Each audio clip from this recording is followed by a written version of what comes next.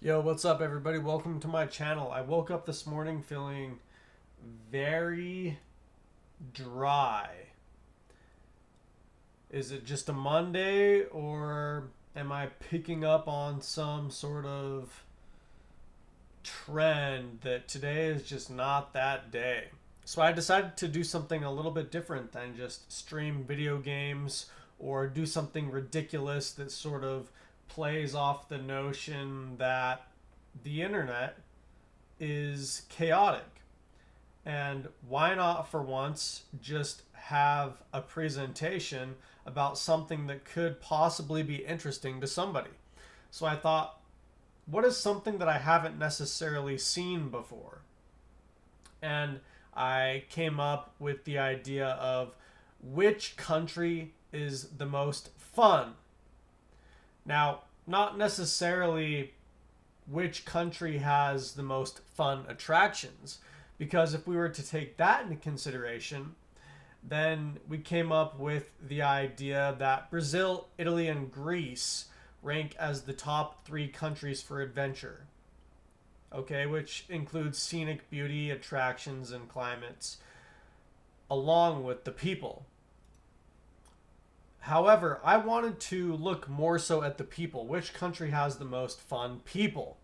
And so I couldn't necessarily find a metric or any form of documented research that showed which country has the best people in regards to being adventurous or the highest ratio of adventurous people to the population. So I figured, what's a good metric to go by that is one that everybody can look up? And so I looked up what are the medal counts for different countries on the latest Olympics. And I came up with these top 10 countries as the countries with the most gold medals. And I decided to use this as a metric because I'm just following trends.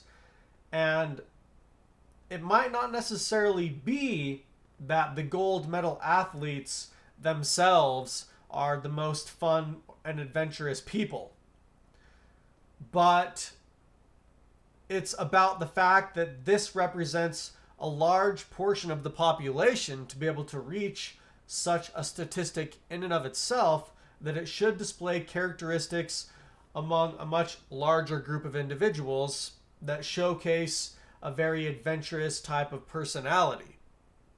So I took these numbers from the top 10, and then I decided that I was going to divide them by the population, so the population size for each country, to give you some idea that, okay, where would I be most likely to run into fun people?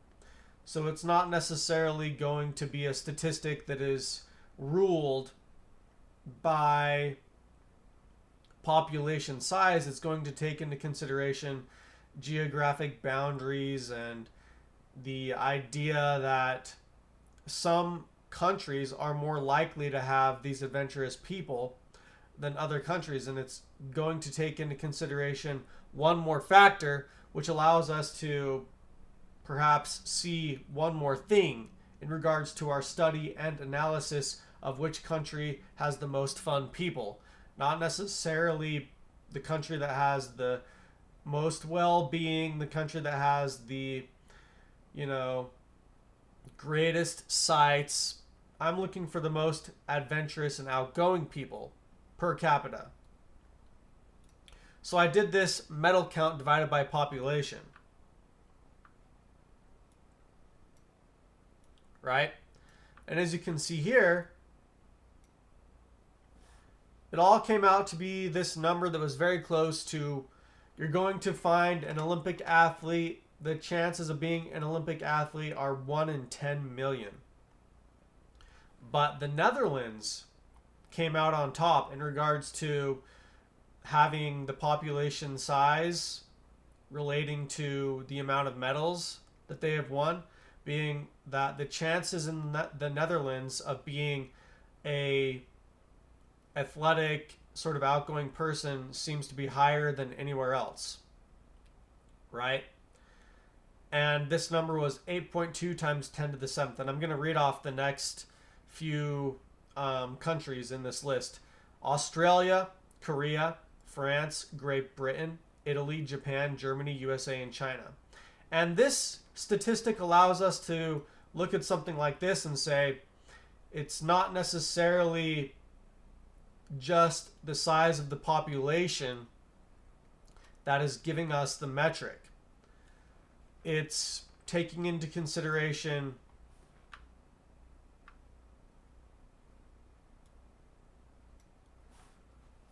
the chances of finding somebody in one of these countries that fits our conditions of being an athletic person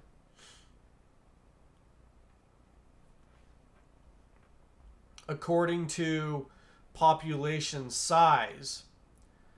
So obviously it would be better if this number is higher.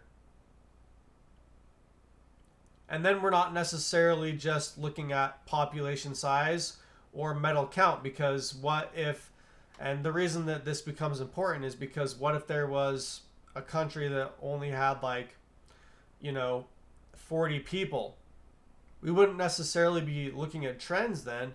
We would be able to specifically say whether or not those were fun people to be around. But since that is not the case, this is the best way to look at large numbers and see if it's not necessarily something that is specific to one place. Or is it more specific to one place? Doing that allows us to see those things.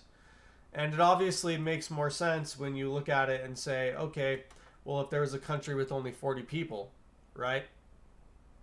But this helps us when we're dealing with countries that have 360 million or 1 billion people in their population, right?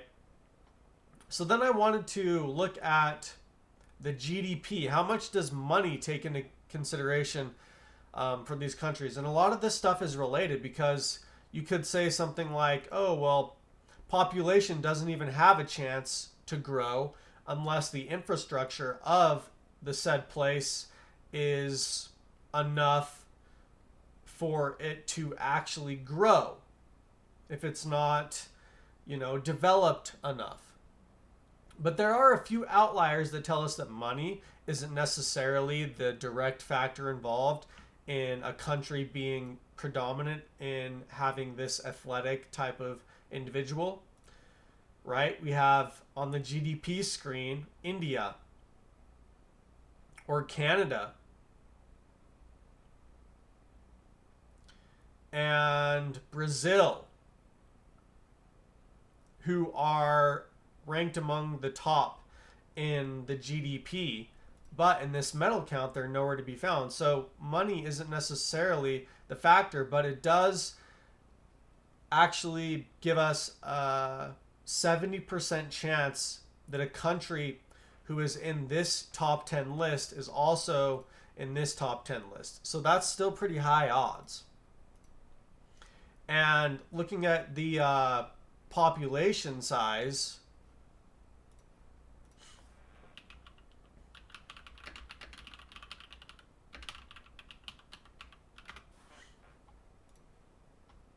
we see that population size also has a much less influence on these types of factors that go into making up an individual who would be in the Olympics themselves.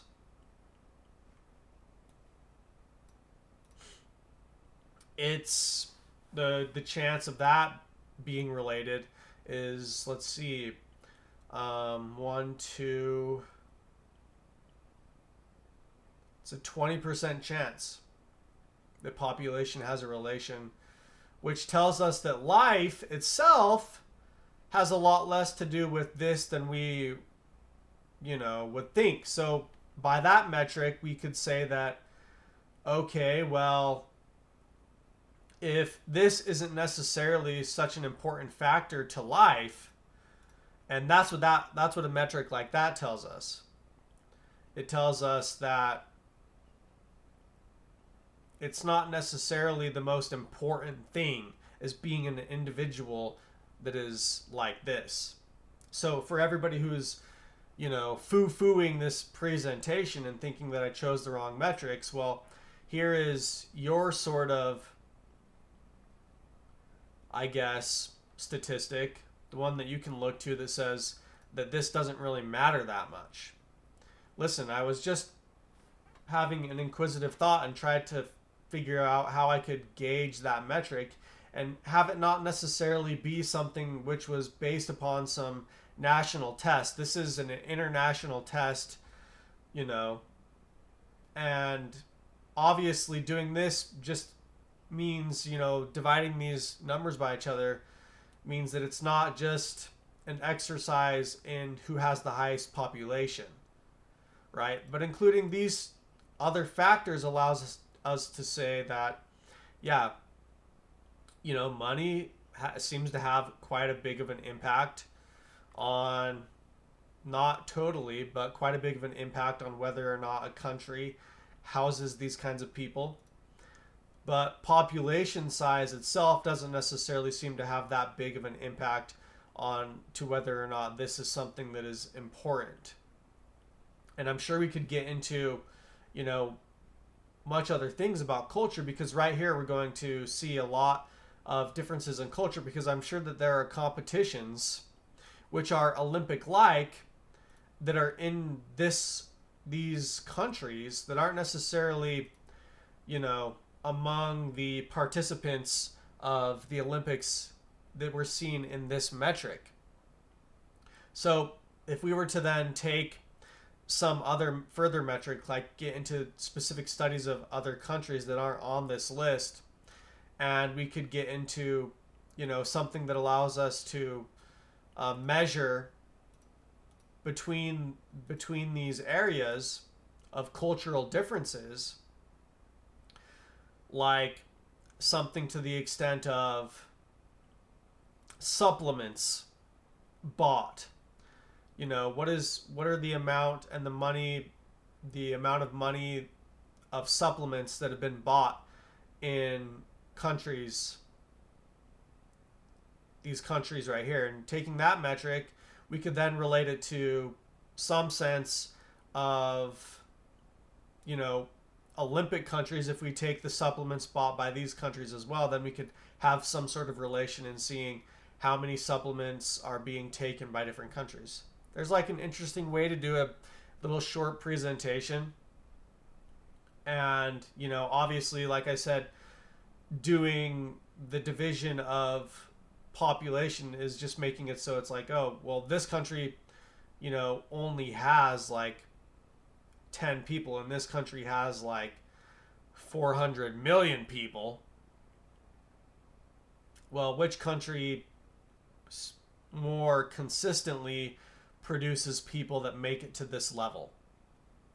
And then therefore, if we go to a place that has less or more people, we can still gauge and have a reference point as to which is going to have the most energetic, outgoing, fun type of individuals. And again, this is based off of my bias, being that most of the time, the people, and again, it's not necessarily going to be these athletes themselves, but it's going to be the fact that this is going to show us a trend of how predominant these types of individuals are within a specific place, because this is obviously a 1 in a 10 million chance to be able to make it to this level. And I could talk about that a little bit more. So where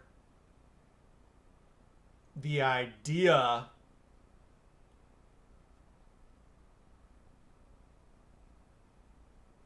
is that if we have a 1 in a 10 million chance